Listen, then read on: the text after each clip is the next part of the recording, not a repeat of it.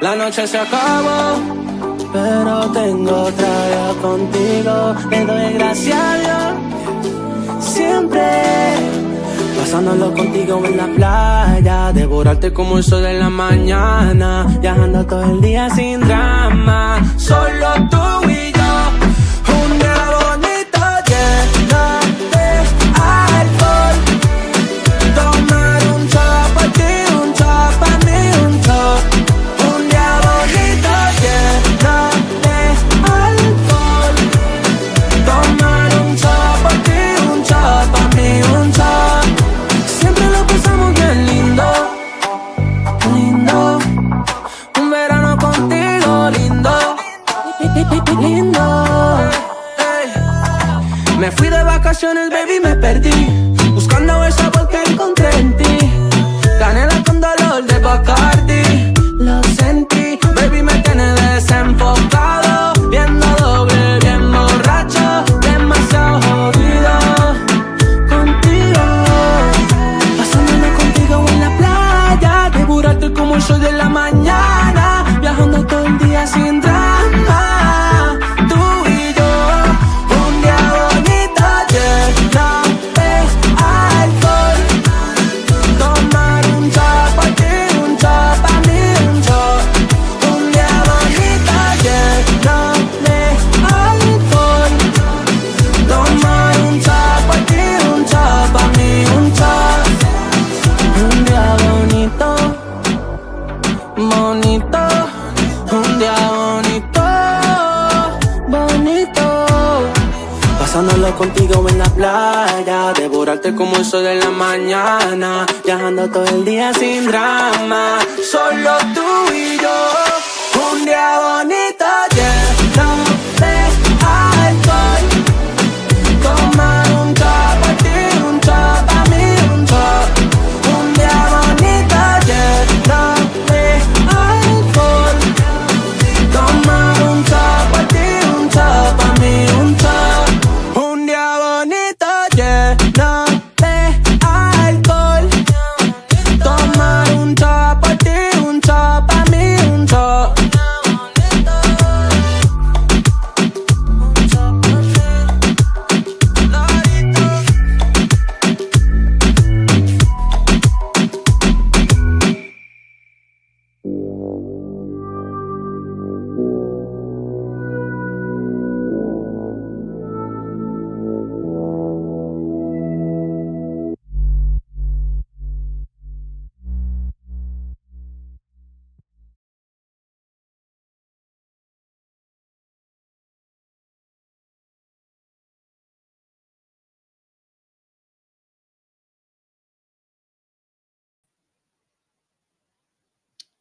Hello, everyone. Can everybody hear me? Let's just do a mic check before we get started. How's everyone today? I hope everyone is doing oh so well. Oh, I can't seem to open my chat. What's going on here? Okay, everybody can hear me. Fantastic. Wow, some interesting news. And we are moving closer and closer to Meghan's birthday. Can you believe it? Can you believe it? We are almost there. We are almost at Meghan's birthday, y'all.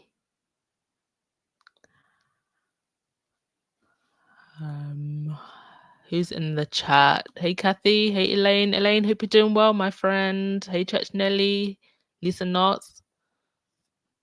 Heather, Veronica, Sandra. Hey, Patricia Smith. All right, let's get to it. First news story. I actually just want to recap on something awesome. This has been doing the rounds again on Twitter, and this is I don't actually know who's been keeping a running tally of all of the Sussex Squad fundraising, but here is some of it. I don't even know if this is all of it, and it certainly wouldn't even count, you know, the individual donations that people just give off the cuff. we're doing a fundraiser with the Squaddy Hooks. That is still going, by the way. It just when the purchases get to like a minimal amount, then we'll give a donation. But thank you to everybody who's bought Squaddy Hooks items so far. And the little things that people just do on the side. I know squaddies that have monthly donations set up to go to charities. So the influence of generosity, Harry and Meghan really influenced generosity in their community. Even little things that I've done here. There was one day when I asked you all to donate to I was doing judo at the time, and the judo club that I went to is absolutely just amazing group of people, and I asked you guys if you don't mind just donating to them for one day. My friend Kiki, who I actually saw, by the way, thank you again everybody who donated to my friend Kiki. She's actually here in she's flown over to Europe because she's trying to escape Trump's America. She does have a small set of family over here, so she's trying to plant her legs back over here. And obviously healthcare is better in Europe, so thank you again to everybody that donated. That really did help her that week. Unfortunately, it is an ongoing situation, but for that week you all really she felt very, very loved, and I was actually able to see her a couple of days ago because she's over on this side of the planet. But it just shows all of these examples, whether it's directly for Harry and Meghan's causes or just stuff that you do, your generosity between community members. When I got demonetized, you all came out for me. There's just that spirit of generosity and kindness and friendship and wanting to help people that this community inspires, and Harry and Meghan can be so proud of that. Here's another chart that somebody made. Definitely not anything that the other side inspires, because it's not just about showing up and smiling and waving. People feel authenticity. They feel it. They want to be part of it. They want to give back, I do believe that, most people are just good, kind people that want to do good. And it helps if they have someone or a cause to rally around.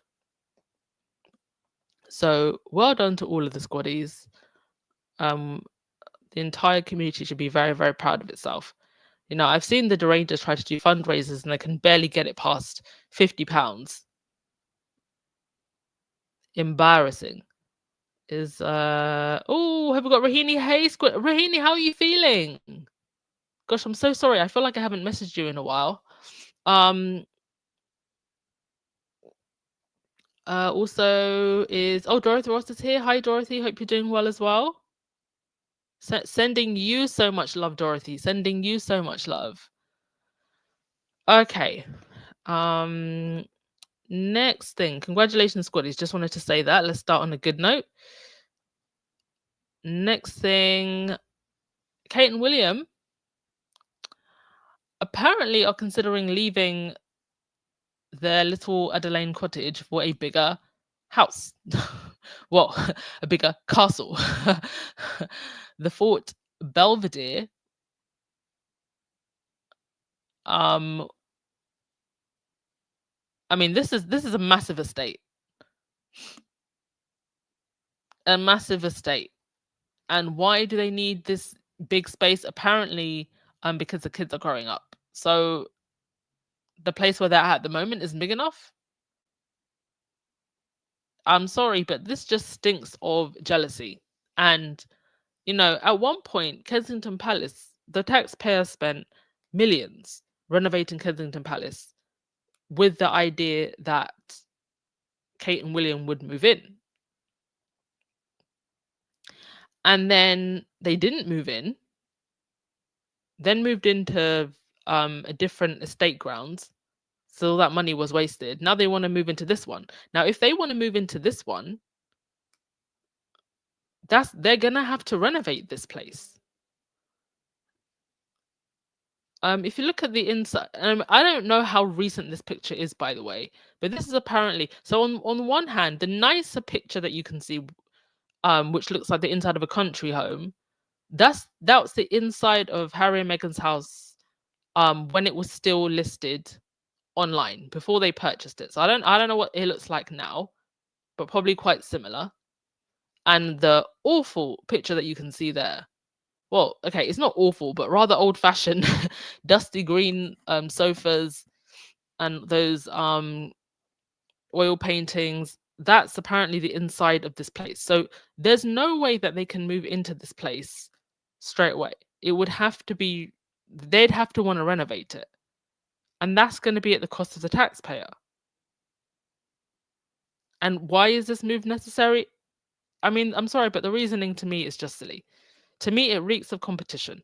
Okay, so this is an article from Celebrity. It said in 2021, credible reports began circulating that Prince William and Kate were looking to move out of London and into a more country suburban setting. William and Kate were basically publicly begging the Queen and then Charles to give them a large estate. Mind you, where they live now on the Windsor estate, it's, even though it's, you know, within the city, it's still rather country within the city. Like, anyway, I mean, they're surrounded by lush green forests. In 2022, just a few months before the Queen's passing, they were given Edelaine Cottage, a 4-bedroom home on the Royal Windsor estate, just a stone's throw from Frogmore Cottage. I always had my own theories about all of this, and I still believe Edelaine's mostly functions as Kate's separate home, while William spends most of his time in London or elsewhere. I never believed that Edelaine is sufficiently grand for a future king, and I also believe William basically maintains a bachelor pad somewhere in Windsor, possibly a suite in Windsor Castle. In the 3 years since William became the Prince of Wales, I've continued to wonder why William just doesn't buy a larger family home or demand a larger existing royal property. It's weird that they're all still maintaining that for sure the whole Wales family lives in Edelaine with no living staff. Well, there's some movement. No, they haven't convinced Andrew to abandon Royal Lodge, which they absolutely tried and failed to do. Now they really want to get their hands on Fort Belvedere, which is also on the Windsor estate. I remember when the fort was suggested by William and Kate back in 2021, 2022. I think the Queen and the then Queen and Charles flatly refused, but now maybe it's happening. Royal sources have told the Mail on Sunday that the Prince and Princess are considering upsizing to a grander residence. The sprawling second grade property is set on 59 acres of grounds, y'all. Has an outdoor swimming pool, tennis court, which sources say is particularly appealing to Kate and Charlotte. Known as the Fort, the country house also features a rose garden, walled garden, kitchen garden, large greenhouse, stables, 2 lakes, paddocks, and 3 cottages for staff. One well-connected source told the Mail on Sunday they feel they have outgrown Adelaine Cottage and need somewhere more substantial. This is a perfect new home for them. It has a swimming pool and tennis court. Oh, how lovely. How lovely. While some people can't afford to pay their heating bills come winter time, and they're stripping disability payments from the disabled and elderly. One of the problems with Fort Belvedere back in 2021 to 2022 was the fact that it was already being leased by the Weston family. Galen Weston, a Canadian billionaire, began leasing the fort in the 1980s. He died in 2021, but his widow and the rest of the Weston family continued to lease the property. I guess we should take this Mail piece as a threat to the Westons that their lease will soon get yanked. Perhaps. Honestly, this is the kind of property William and Kate wanted in the first place, and Adelaine was always the thought to be some kind of temporary solution or placeholder until they move into some larger mansion. This is interesting too. The newspaper have learned that an alternative plan involved the Prince and Princess and their family moving into a wing of Windsor Castle. However, that is also understood to be no longer viable. Bonkers. Charles and Camilla are splitting their time between Clarence House, Buckingham Palace, Highgrove, Raymill, Sarrington, Windsor Castle, Balmoral, Burke Hall, Castle of May, and like 5 other homes I'm forgetting, and they still wouldn't let the Welleses move into the wing of Windsor Castle. Hilarious. That is actually quite hilarious. I love how consistent it is. They treat Windsor Castle like it's this cramped space of limited suites. It's a 1,000 room Norman castle. Oh, these people are so out of touch. Now it makes sense why they continue to take cash money bags and cash for honors because nothing is ever enough. Nothing is ever enough for these people. But you know, the biggest castle on the Windsor estate still isn't as nice as the Montecito castle. And let's be honest, that's what this is really about.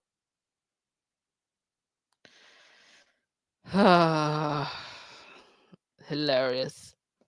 And it's just so obvious. I mean, that last part there from Kaiser, it's just so obvious that there is so much fighting between the Wells' camp and Charles and Camilla.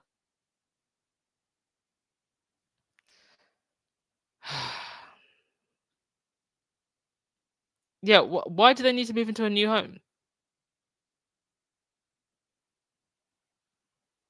Oh, Dorothy Ross, you finished treatment 5 of 5.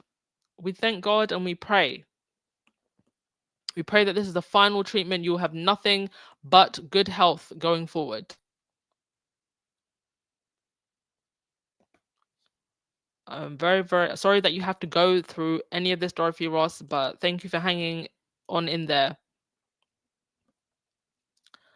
And I'm honored that you feel that this is a place that you can just come and, you know, get your mind off of things. And thank you for all the community members for sending your love to Dorothy Ross.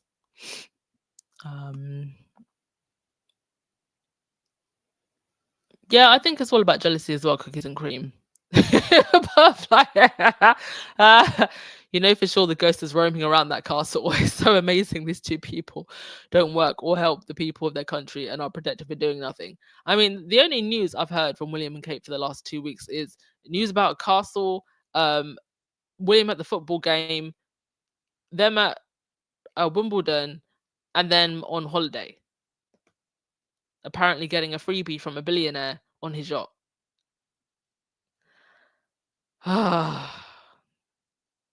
Hilarious. Kevon, yet there's another story about Harry and Meghan's finances. Listen, they are going to churn out all of the stories that they can for as long as they can until people just stop clicking. If you've noticed, it's just a merry-go-round of the same articles over and over and over again.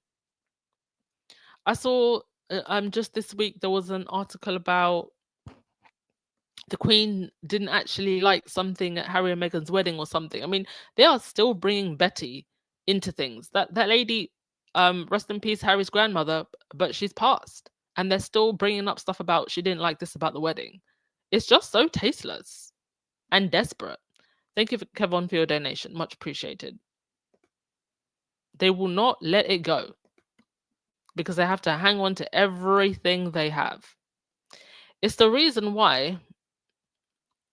Let me get a moment to get my bearings. It's the reason why you are seeing articles like this in the Tory graph, aka the Telegraph. Where is it now? Yeah, articles like this. Oops, it is taking a while to come up on my back end. Ah, here we go. Yes, now I can see it. So, writing for the Telegraph, journalist Eleanor Mills shared that she believes the king will be the one judged by how he reacts to Meghan and Harry and how he handles everything going forward in relation to the ongoing tensions. Listen, judgment was passed a long time ago. Judgment was passed when we found out that Meghan was SC idol during pregnancy.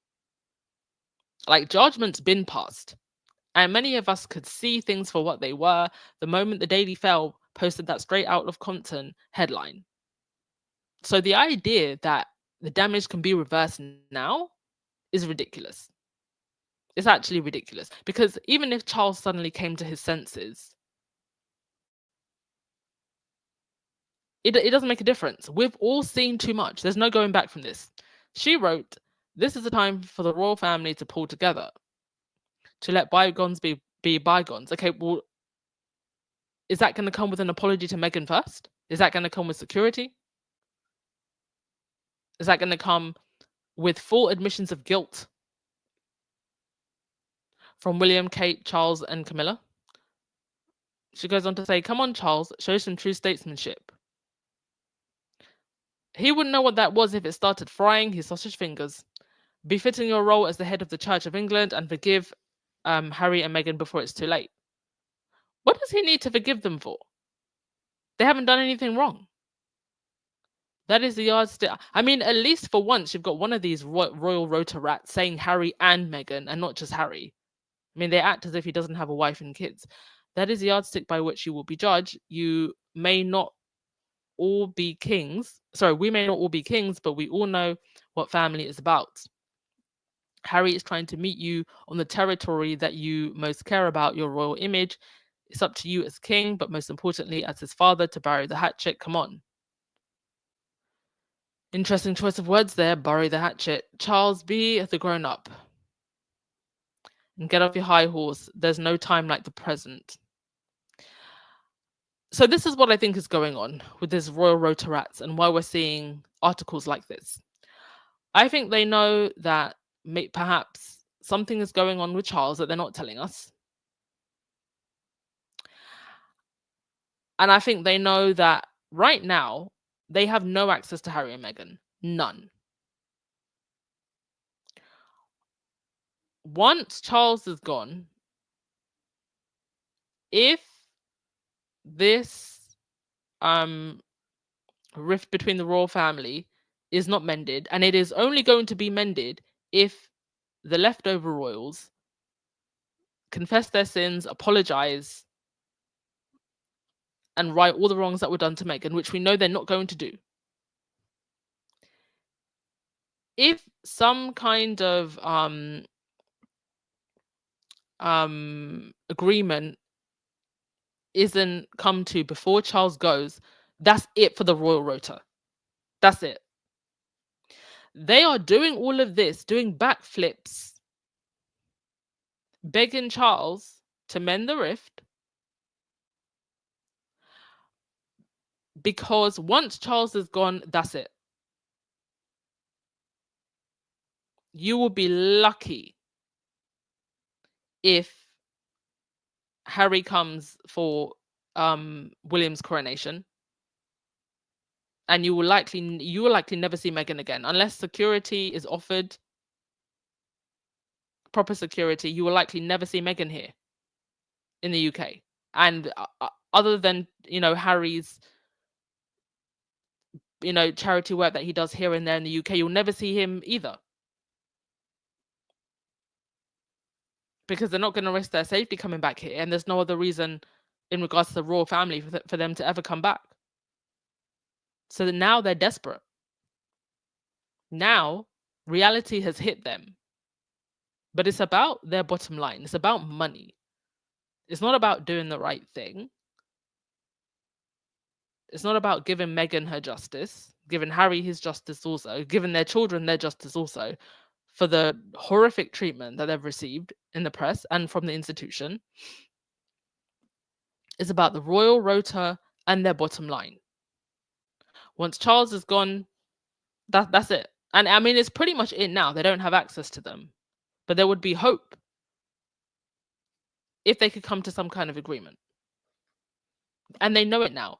And they've had, since Harry and Meghan have stepped down, a long period where the main focus is just on the other royals, here in the UK at least.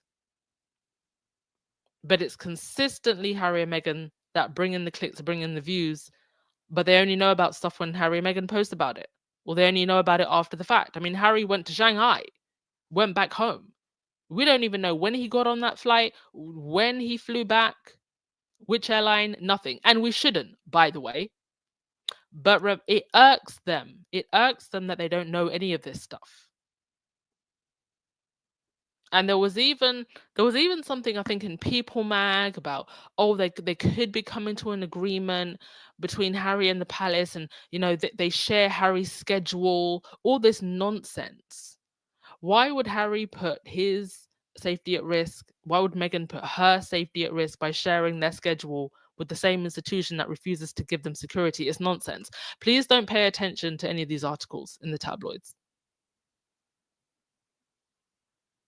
if an actual agreement is come to, we'll know about it from Harry and Meghan's people. Or maybe we won't. I don't think we need to.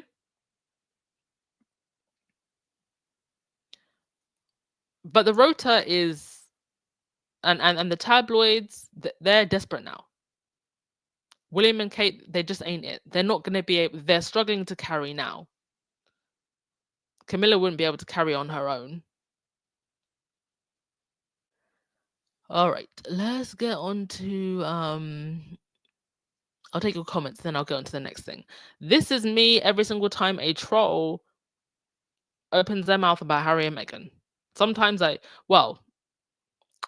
meet people in real life who are like tabloid readers. They're not really trolls, like they're not like the derangers, but they're people that read the tabloids and they start spewing nonsense about Harry and Meghan. Maybe they don't know that they don't know that I do this podcast. And I'm just sitting there like with my hands folded like this gentleman on the screen. Kevon, thank you for the next donation. You said, to the UK media and a lot of derangers, the split started when Harry and Meghan did Oprah and the docu. They never mentioned the constant briefing and lies. Yeah. I mean, the split happened well before that. Because the betrayal happened well before that. Oh, thank you so much, Dorothy Ross, for your donation. Oh my God, Dorothy Ross. Oh, Dorothy Ross, thank you so much. That is really, really generous of you. Dorothy, I really, really, really hope that you're okay. Oh, I feel like I'm gonna cry. Sorry, guys. That was really generous of you, Dorothy. Thank you. Like, everyone in this community is so kind. Like, even when you're going through your own things, like, you still feel to give to others. And even like after 4 years, like it's still a really strange feeling sometimes, like to receive, something from someone you don't, know personally, just because they feel like they speak to you, or they've created a community where you feel safe. So thank you so much for that, Dorothy.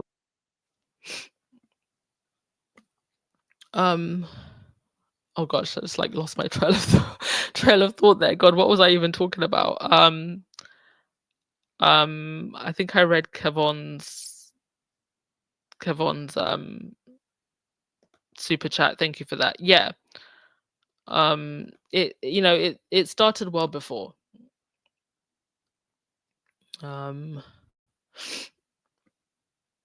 Lottie, you said Harry and Meghan are true. They know what happened to them. Indeed.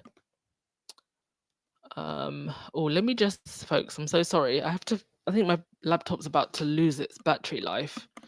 I don't want to just like cut off halfway through the podcast. Oh my God. You'd be like, where did she go? Okay. Give me one moment and let me just find this plug.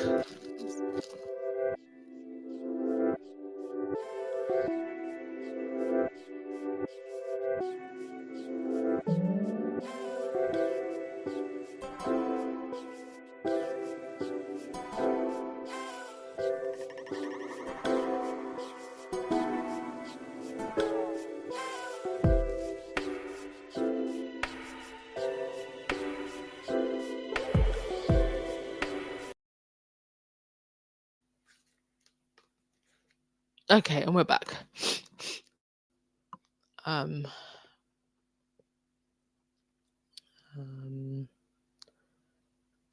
Okay, Rahini, you said forgive them for what? How about they actually be a parent and protect his child?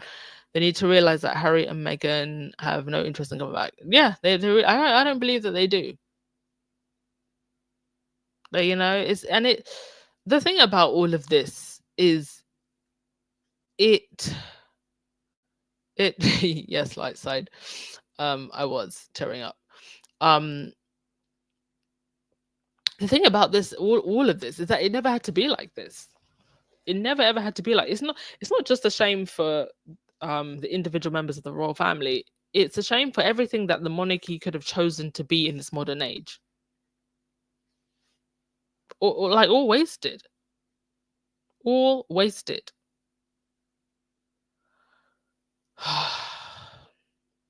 Anyway, on to the next thing. Yes, Trump has been given a very cold welcome, and rightfully so, in Scotland. Shout out to the Scots, because the signs are signing. Somebody wrote on one, I pray that big beautiful bill will be the name of Trump's cellmate in prison. This is the only orange thing I want in Scotland. Iron brew, indeed. Shout out to Scotland. They have been letting it know that this orange buffoon is not welcome. They've really been caking on the tan on it. These are old photos, by the way. These aren't photos of the what's coming. Because I believe that they will be giving Trump a state banquet. So Donald Trump's state visit to the UK will go down September 17th to 19th. At first, King Charles and the government offered Trump a more informal visit to Balmoral this year because Trump is currently on vacation in Scotland right now, but Trump turned him down and demanded a real state visit. So now Charles has to play host to this degenerate in September. According to the Daily Beast Royalists, there are significant concerns among palace staff that Trump will go off script and say something wildly offensive about immigrants. I mean, I don't even think that's the worst thing that the Orange would do. His whole presence is an embarrassment. I mean, Charles will be really lucky if that's the worst thing that happens. Exactly. And unfortunately, it's not like a certain section of the UK would be offended by that. And if anything, they'd be in agreement with this orange monster. In fact, a lot of people who are very hardline royalists would be in agreement with that. So I don't know why Charles is embarrassed, because it's not like Charles's audience, his core audience, his hardcore audience would be offended by that. If Charles wants to get the upper hand here, perhaps he should explicitly threaten Trump with an offer to invite Prince Andrew to the state event so that Andrew and Trump could catch up on their Epstein connections. Hardy, ha, ha, ha. Yes, it would make the monarchy look terrible too, but it would be an effective threat and one of the few deterrences available. While I have no doubt that Trump is going to be a horse ass in a million different ways during the state visit, it's probably not going to be about immigration. I predict it will be about something else entirely. Indeed. I think that he will embarrass himself in a completely different way. Oh dear. Dear, oh dear. Truly embarrassing. Yeah, you know, the UK and the US do have such close political ties, but I think it's a shame that no one in government seems to really have a backbone. Thank you everyone for your kind messages. I appreciate you so much. Oh, thank you, Kevin Slims again. From what I know, all Harry wants is proper security to bring his kids to see his country. Indeed. But honestly, at this point, even if they were given proper security, I don't trust these people. I don't trust these people at all. Thank you so much, Kevon.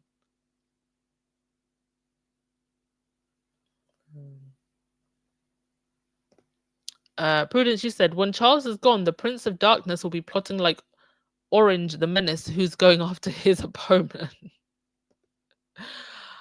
You know what? I've said this a million times just because I know it's going to be a disaster. And you know what? I feel like even people in the press know it's going to be a disaster. I can't wait for William to be king.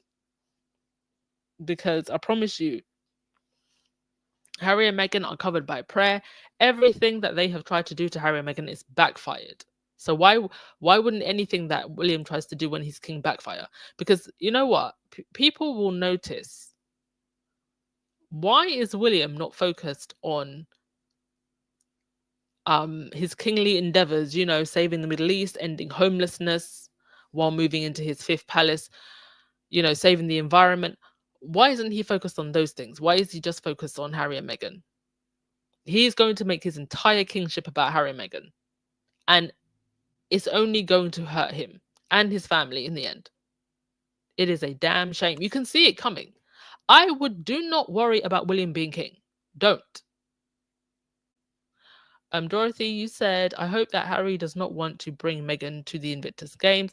The royal family will try to take over the whole event. I'm so glad that you're fine. Love you too. Yeah, I mean, ultimately it's at Harry and Meghan's discretion. Meghan did come back. Remember for the One Young World thing? But it was very clever how they did it. Like they went on a car and then they went on the train and then they went straight to, I think they went to Dusseldorf afterwards. So who knows, really? Who knows? We could be surprised. Yeah, he always embarrasses himself in some way or another.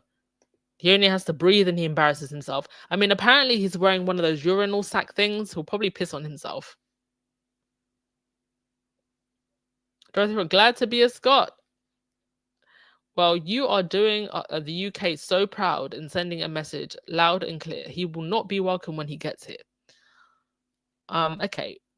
One other thing I wanted to touch on this.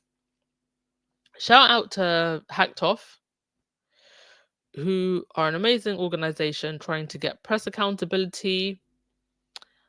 So there has been an appointment, former Sun editor David Dinsmore to take up government communications role. Yes, you heard that right. An editor of The Sun, an ex-editor of The Sun, is going to take up a government communications role. The Sun, the most sleazy paper in the country. Well, in close ties with the Daily Fail, but at least the Daily Fail doesn't have tits on page 3. So Dinsmore will join Whitehall as civil servant in top communications role after impressing Starmer during an interview. So this former Sun editor, impressed the Prime Minister. This is why Murdoch will never face accountability in the UK. This is exactly what Harry was talking about. Hacked Off condemns appointment of David Dinsmore to senior government role. Hillsborough families condemn insulting proposed appointment of former Sun editor David Dinsmore. Now, for those of you who don't live in the UK or you're just not aware, you do live in the UK but you're not aware, Hillsborough was the tragic accident that happened. Well, I don't know if I can call it an accident because there was also negligence that was found, but it was not the fans. Basically, there was a tragic incident that happened at a football game where the fans were crushed. And there was like a crowd rush. Something happened at the gate, and there was a mass crushing that happened. The tabloids, including The Sun, made it look like the fans were a bunch of hooligans and it was all their fault. But it was actually found that there was negligence on behalf, of the people who were running, the football grounds. But the tabloids were part of this campaign to make it look like it was the fans. And for years they fought for justice. But you will find in some places in the UK, like Liverpool, they don't even sell the Sun newspaper anymore. So that's what kind of, just the fact that this guy used to work for the Sun is insulting enough. But when you think about all of the things like this, how they misrepresented Hillsborough, for him to be appointed, it's just gross. Hacked Off, government must scrap appointment and implement Leveson regulation. The Prime Minister's proposed appointment of former Sun editor as permanent secretary for communication has been condemned by families of the Hillsborough victims as a grotesque insult to decades of suffering and a chilling signal that lessons from one of the greatest establishment cover-ups in British history are still being ignored. And that's just, of course, one of the many, many, many, many things that, tabloids like The Sun have done. And obviously, Murdoch also owned the News of the World, which closed down. Why? Because of the phone hacking scandal. Hacked Off CEO Nathan Sparks said, as a News UK executive, Mr. Dinsmore has overseen the decision of The Sun and The Times to refuse an independent regulator. The Sun's endless denials of illegality at the newspaper finally confirmed to be false in the cases brought by Prince Harry and Lord Watson.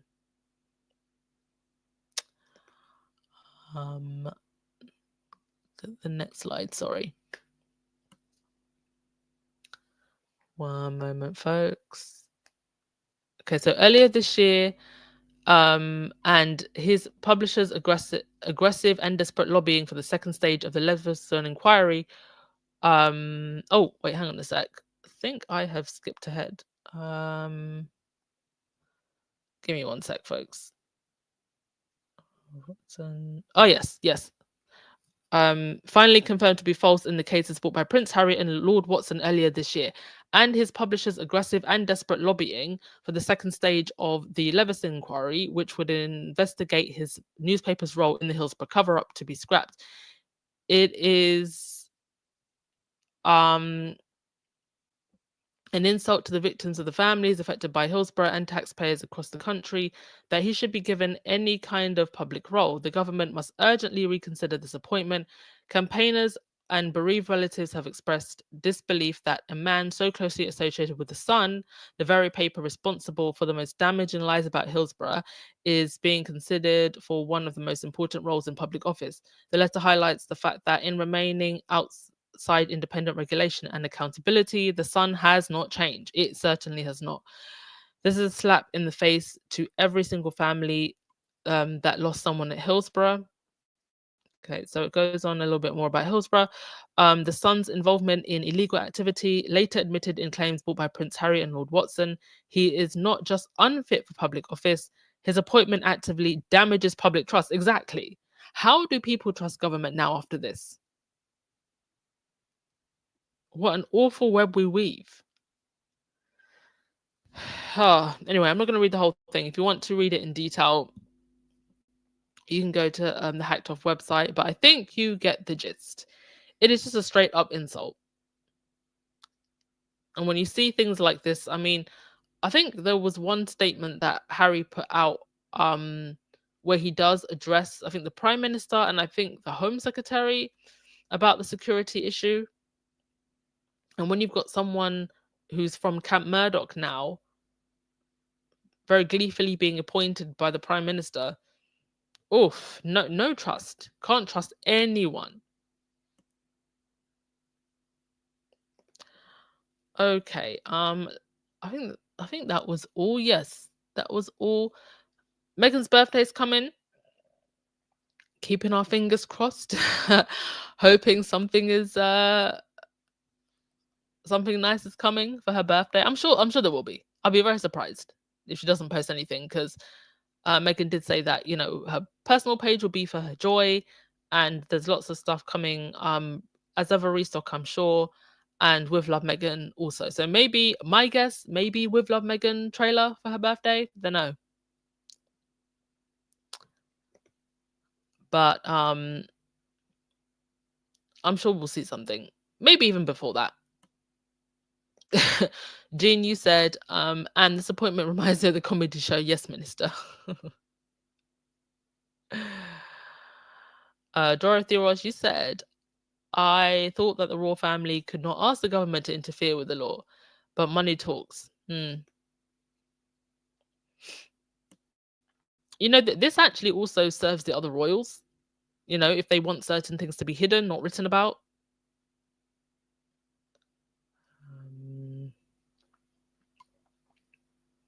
It also serves them.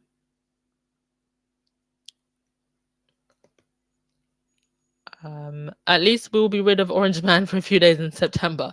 I'll enjoy him being protested in the UK. It will be embarrassing and incoherent at a minimum. Yes, I think that he will probably get a talking to before he comes. I think he'll get a talking to.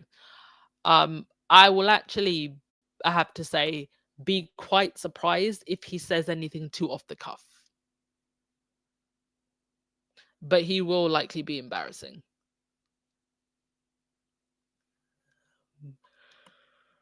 Okay. Oh gosh, I'm even yawning. Going past midnight here in the UK. Yeah, I that is my cue to go to sleep. Thank you so much, everyone, as always. Thank you everyone for your donations. Thank you, Dorothy Ross. Thank you, Kevon. Thank you as always to members.